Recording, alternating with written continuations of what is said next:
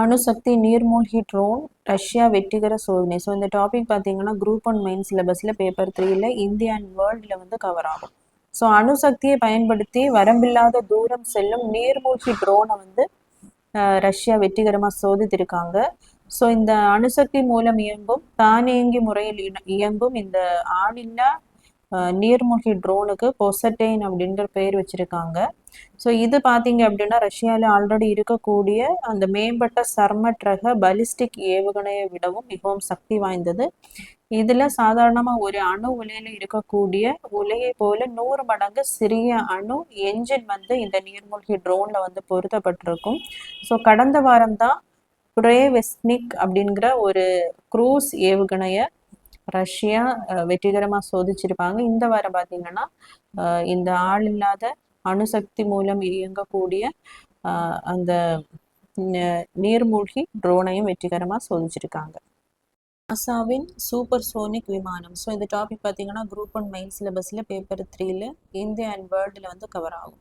So ஒலியை விட வேகமாக செல்லும் புதிய சூப்பர் சோனிக் விமானத்தை வந்து அமெரிக்காவில் இருக்கக்கூடிய விண்வெளி ஆய்வு மையம் நாசா வந்து சோதிச்சிருக்காங்க. ஸோ இதனுடைய பேர் பார்த்தீங்க அப்படின்னா X-59.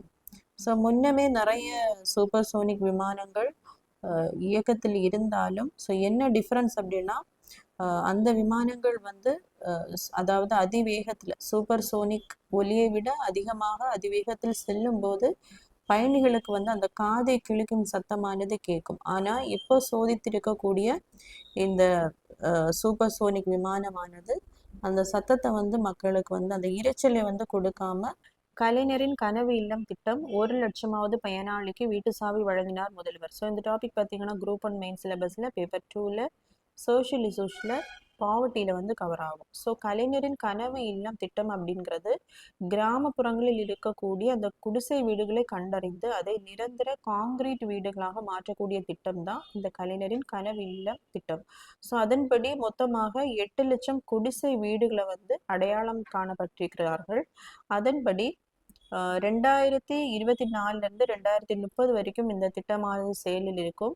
ஸோ இந்த 8 லட்சம் குடிசை வீடுகளை வந்து நிரந்தர காங்கிரீட் வீடுகளாக மாற்றி வந்து கட்டி கொடுப்பாங்க. ஸோ 2030 வந்து தமிழ்நாடை கூரை இல்லாத தமிழ்நாடாக மாற்றுவது தான் இந்த திட்டத்தினுடைய அம்சம். ஸோ அதன்படி 2024 25 வரைக்கும் முதல்ல வந்து 1 லட்சம் வீடுகள் வந்து கட்டி தரப்படும் அப்படின்னு முன்னமே தமிழ்நாடு அரசு வந்து அறிவிச்சிருப்பாங்க.